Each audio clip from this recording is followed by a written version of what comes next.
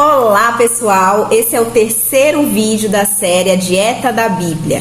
E nesse vídeo de hoje a gente vai falar um pouquinho sobre o que a palavra de Deus traz sobre práticas saudáveis, exercício físico, alimentação dentro da nutrição comportamental. Será que a Bíblia fala sobre esses assuntos? A gente vai falar sobre isso hoje. Eu sou Eliara Zanetti, nutricionista, e eu estou aqui para atravessar a porta dos seus problemas alimentares para descobrirmos juntos o que há por trás dela.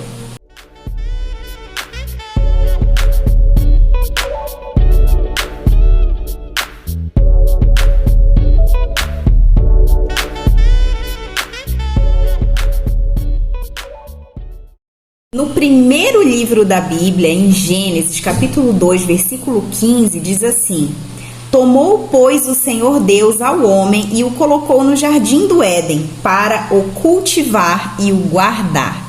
Desde a nossa criação, o Senhor fez o homem para trabalhar sobre aquilo que Deus o tinha abençoado.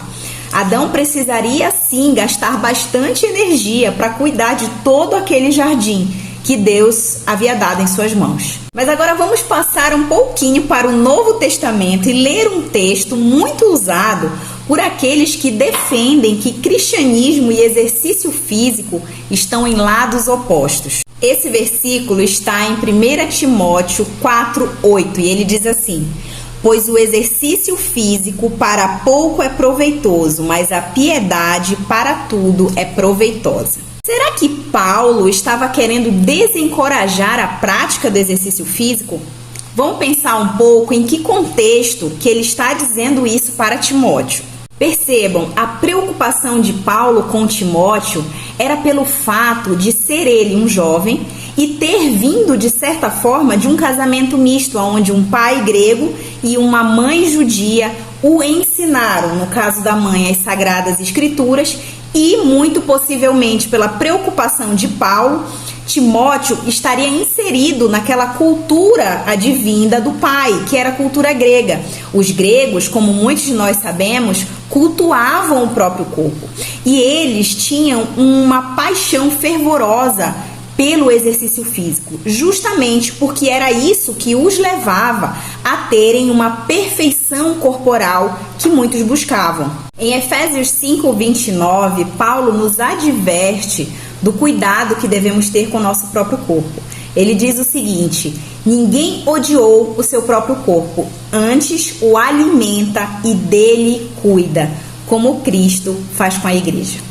Eu não preciso te trazer referências aqui de que cuidar do próprio corpo com certeza diz respeito à prática regular de exercício físico. Mas algo interessante aqui, agora vamos transitar para a nutrição comportamental, é que Paulo afirma que ninguém odiou ao seu próprio corpo.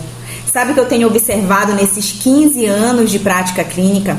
Que as pessoas buscam ficar com o corpo mais bonito, principalmente porque elas se odeiam. Elas olham para o próprio corpo e sempre querem ter o corpo de outra pessoa ou um corpo diferente daqueles que elas têm. E o mais interessante e mais triste dessa história é que as nossas crianças estão crescendo, ouvindo, principalmente as mães, falarem, proferirem palavras de cunho pejorativo e de cunho depreciativo sobre o próprio corpo. E elas estão crescendo, absorvendo esse tipo de informação e trazendo para a própria vida. E um dos cernes da nutrição comportamental é justamente a autocompaixão. É você olhar para o seu próprio corpo com amor, com alegria, porque ele te leva a realizar todas as coisas boas da vida, a viver os momentos felizes com a sua família, no seu trabalho, no seu dia a dia.